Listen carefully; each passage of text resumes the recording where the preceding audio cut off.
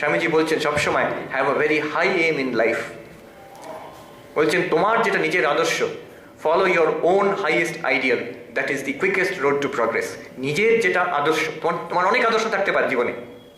অমুক film actor অ্যাক্ট্রেসকেও ভালো লাগে, নেতাজি সুভাষ বোসকেও ভালো লাগে, স্বামী বিবেকানন্দকেও ভালো লাগে, সব রকম ভালো লাগে। তার মধ্যে যেটা হাইয়েস্ট আইডিয়াল তোমার মনে হচ্ছে, তোমার যেটা মনে হচ্ছে সবচেয়ে উচ্চ, but it must be your ideal. শুধু বই পড়ে নয়, বাবা মা বলেছে বলে নয়, শিক্ষক শিক্ষিকারা বলেছেন বলে শুধু তার জন্য নয়, সব শুনবে, নিজে বিচার করে দেখবে আমি কেমন হতে চাই জীবনে।